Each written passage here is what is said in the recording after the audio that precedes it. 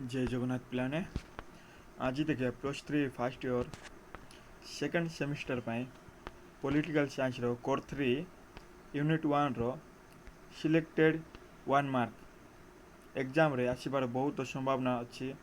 Unit 1 रो सबू जाक select होइकिना देखिबा क्वेश्चन टी तैयारी होइछि। प्रथम अध्याय यूनिट 1 एमसीक्यू बा 1 मार्क एग्जाम रे यह इंग्लिश एंड ओडिया रे देखिबा बोथ जो माने इंग्लिश रे देबे तांको मानको पाई भी इजी एवं जो पिला माने ओडिया रे देबे तांको मानको पाई भी easy.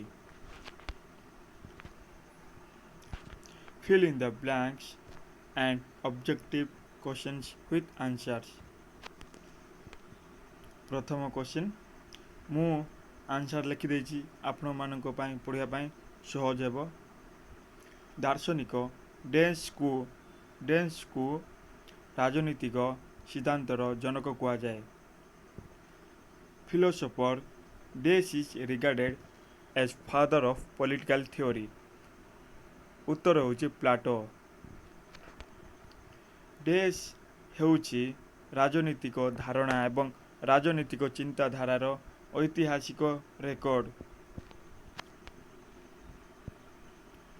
Dash is the study of political concepts and historical record of political thought. Answer राजनैतिक सिद्धांत। क्वेश्चन 3 थियोरी शब्दटी ग्रीक शब्द डैश रु आसीअछि। The word theory is originated from the Greek word dash theoria. Answer 4 number राजनैतिक सिद्धांत dash रो एक विभाग अटे। Political theory is a branch of dash राजनीति विज्ञान। आंसर राजनैतिक सिद्धांत अध्ययन क्षेत्र रे दार्शनिक पद्धति डैश पद्धति मध्य अंतर्भुक्त होता है। Dash approach is a part of traditional approach to political theory. Answer पारंपरिक। क्वेश्चन नंबर 6 राजनैतिक सिद्धांत अध्ययन रे पारंपरिक पद्धति डैश आधार समालोचित होता है। Traditional approach to political theory has been criticized on dash ground. अवैज्ञानिक। आंसर पूरा इजी अच्छी।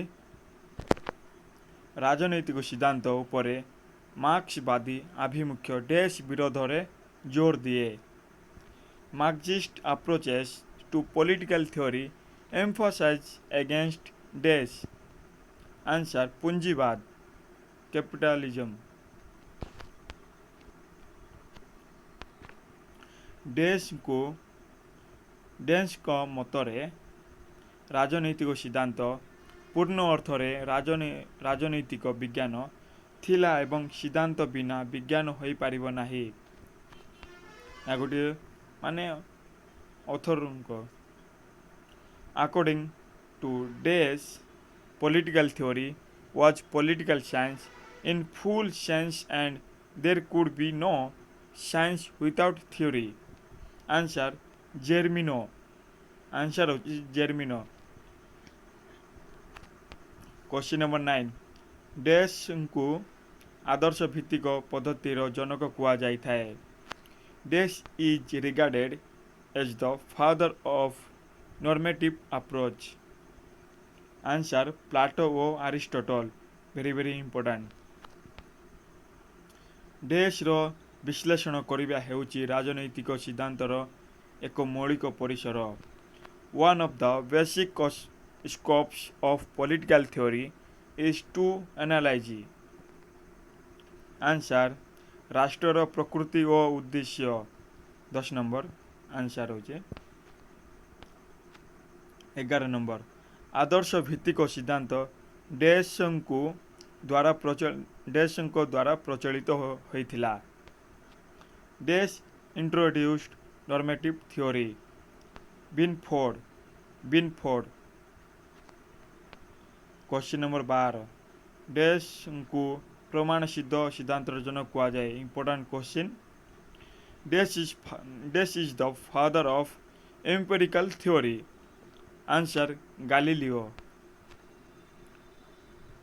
डैश आधुनिकतावाद सिद्धांतर जनक कुआ जाए। Dash is the father of modernism theory. Answer Marx Weber. Very very important यह भी Marx Weber. Question number 14 dash और डैश को आधुनिकतार दुईटी स्तंभ कुआ जाए। Dash and dash are the two pillars of modernity. Answer होची नियमावली ओ मुक्ति। नियमावली ओ मुक्ति। दार्शनिक डैश को राजनीतिक विज्ञानर जनक कुआ जाए। Philosopher dash is the mother of political science. Machiavelli. Answer होची माकियाभेली। सर्वप्रथम माकियाभेली। डैश और डैश हेउची आदर्श भित्तिक राजनैतिक सिद्धांतर मुख्य उपादान। Dash and dash are the main elements of normative political theory. Answer होची मूल्य ओ आदर्श। क्वेश्चन नंबर 16 आंसर होची मूल्य ओ आदर्श। मु भावुची आपण माने बुझी पारथिबे। शीघ्र कहूची बिकॉज वीडियोटी लेट हो पारे।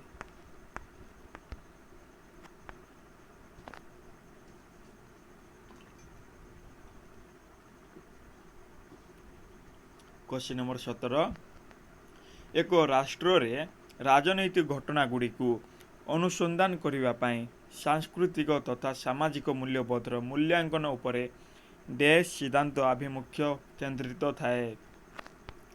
Dash approach is centred on the assessment of cultural and social values to explore political phenomena in a state. Answer होची आदर्श भित्तिक।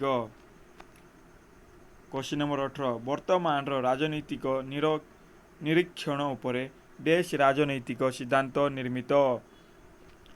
Dash political theory is belt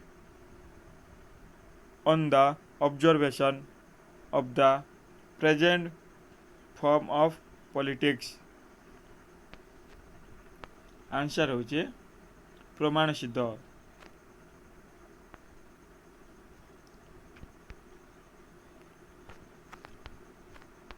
एक डैश सिद्धांत पर्यवेक्षण योग्य तथ्य संग्रह करी जांच योग्य फलाफल उत्पादन करने को एक पुनरावृत्ति प्रक्रिया स्थिर करिथाए।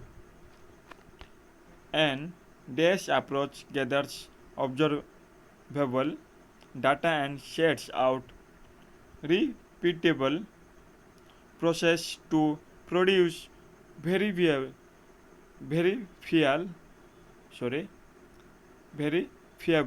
results। आंसर होचे प्रमाण सिद्ध।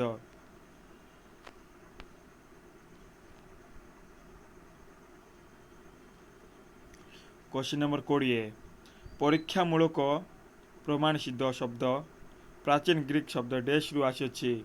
Important question the word empirical comes from the ancient Greek word dash Emporia.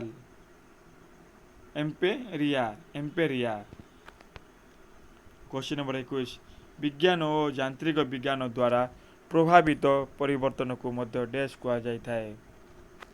Change brought about by science and technology are also called आधुनिकरण कुआ जाए।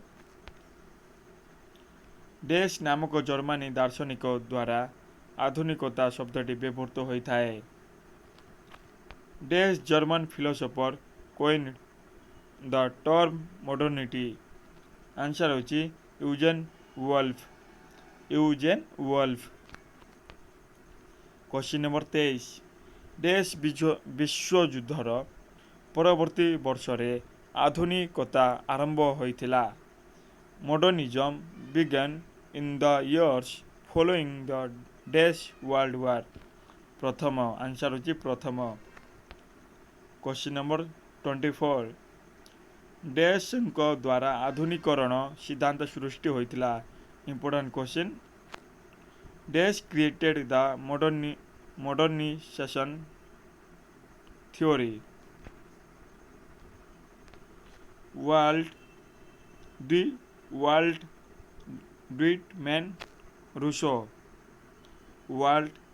ଡୁଇଟମେନ୍ ରୁସୋ। ଟିକେ ୱାର୍ଡ ଅଛି ନାଟା।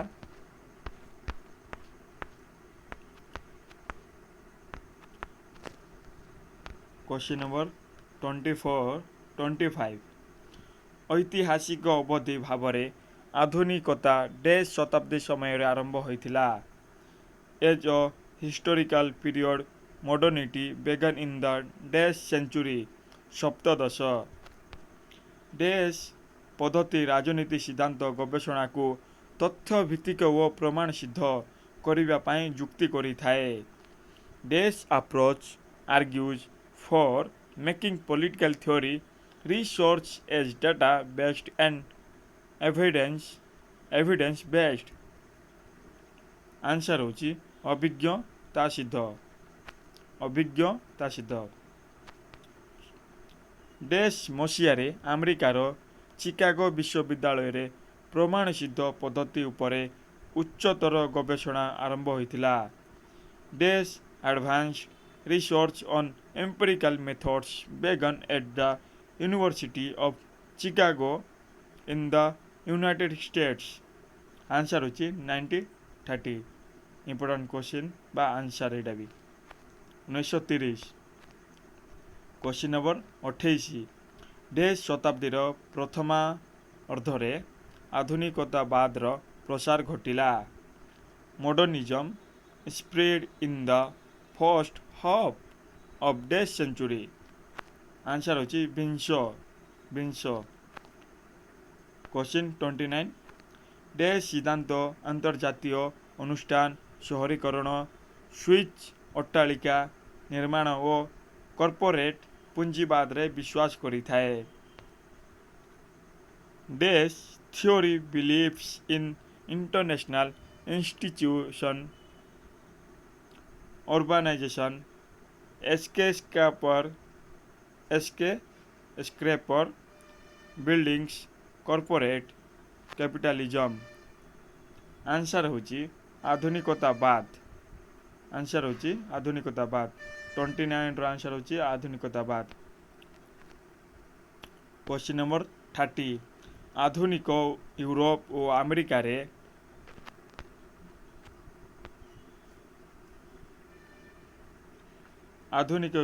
ଆମେରିକାରେ ସାମାଜିକ ଓ ରାଜନୈତିକ ଓ ସାଂସ୍କୃତିକ ଦୃଷ୍ଟିକୋଣରେ ଯେଉଁ ଦାର୍ଶନିକ ଆନ୍ଦୋଳନ ଗଭୀର ପ୍ରଭାବ ପକାଇଥିଲା ତାହା ଡେସ୍ ସିଦ୍ଧାନ୍ତ ନାମରେ ପରିଚିତ। ଦ philosophical movement that had a profound impact on the socio-political and cultural outlook of modern Europe and America is known as Desh theory. ଆଧୁନିକତର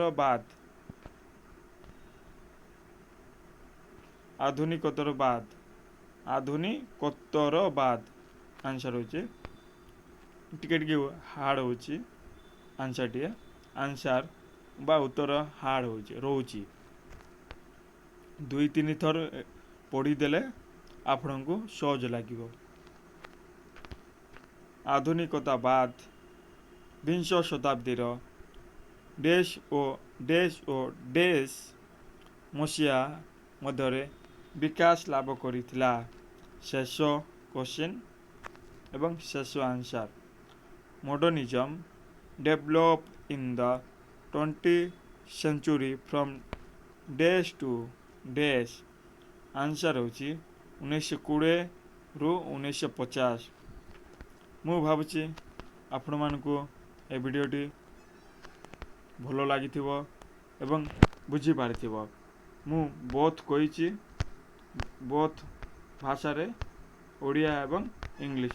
ଯେଉଁମାନେ ଇଂଲିଶ ଅଛନ୍ତି ତାଙ୍କ ପାଇଁ ବି କୁହାଯାଇଛି ଏବଂ ଯେଉଁମାନେ ଓଡ଼ିଆ ଅଛନ୍ତି ତାଙ୍କମାନଙ୍କ ପାଇଁ କୁହାଯାଇଛି। ଏ ଭିଡ଼ିଓଟିକୁ ୱାଚ୍ କରିବା ସହିତ ଆପଣମାନଙ୍କ ଫ୍ରେଣ୍ଡକୁ ସେୟାର କରନ୍ତୁ ଏବଂ ଭିଡ଼ିଓଟିକୁ ୱାଚ୍ କରିସାରିବା ପରେ ଶେଷରେ ସବସ୍କ୍ରାଇବ୍ କରିଦିଅନ୍ତୁ। ଥ୍ୟାଙ୍କ ୟୁ ଏବଂ ଧନ୍ୟବାଦ। ଜୟ ଜଗନ୍ନାଥ।